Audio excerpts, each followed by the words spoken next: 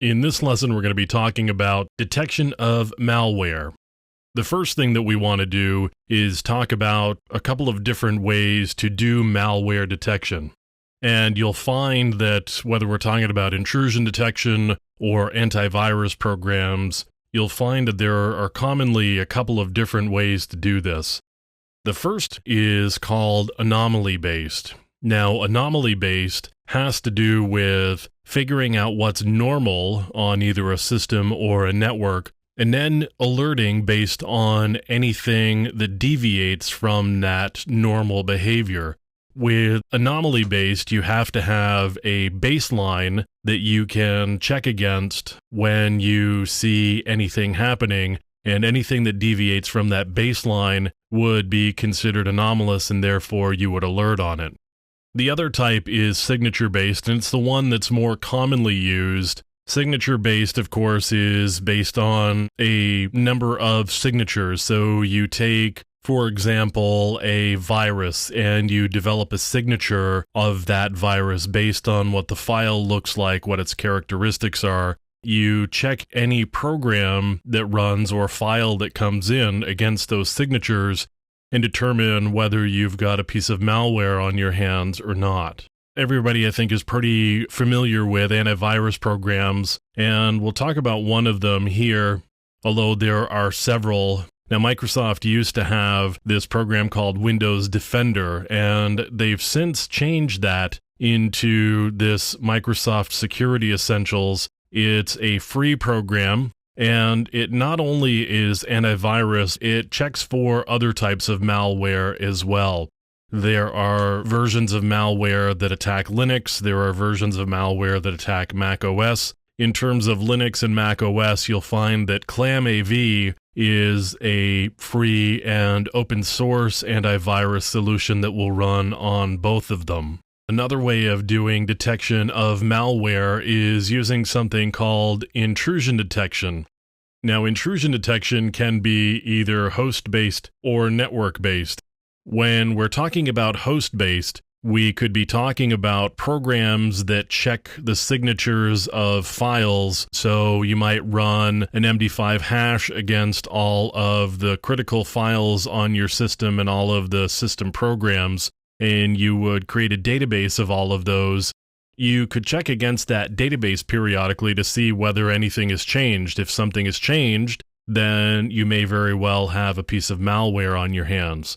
So that's a version of host-based intrusion detection.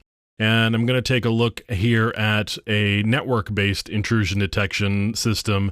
This one is actually called Snort, although the interface that I'm looking at is Basic Analysis and Security Engine, or BASE, and Snort runs primarily on Unix-based systems. There are some fairly complicated rules that go along with Snort. You kind of have to know a little bit about some network filtering syntax to be able to write Snort rules.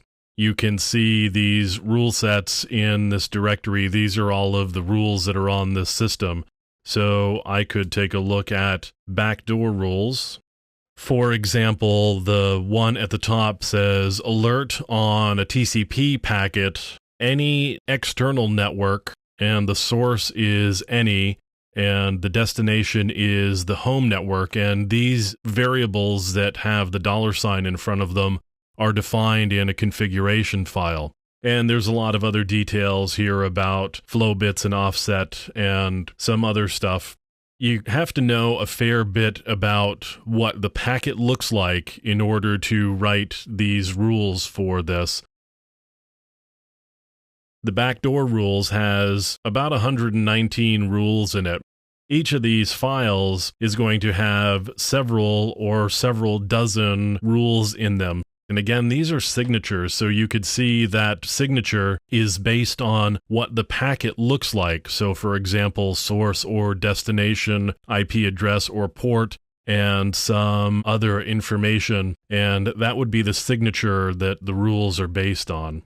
So we can go back to base now that we've taken a quick look at Snort, and you can see the different alerts that have popped up from Snort. I'm going to take a look at the unique ones. You can see there's a shellcode alert, And shellcode could be something to do with a piece of malware. It could suggest that somebody has tried to break into a program, so there may be some malicious behavior or malicious intent with that one. Now, another way of doing malware detection is to look at web connections. A lot of malware comes through web requests and interactions with web servers. One way you can detect malware is using a proxy, and you would use a proxy that you were able to inject some sort of malware detection engine into the middle of, or that the proxy had that malware detection engine built into it. And here's a pretty common proxy server that does that sort of detection. It's Bluecoat, and you can see the different products they have here. The Bluecoat proxies have the ability to filter different websites, and they can also check for different pieces of malware to see whether they are coming through or not. So that's how you would do detection of malware, whether you're doing network-based or host-based.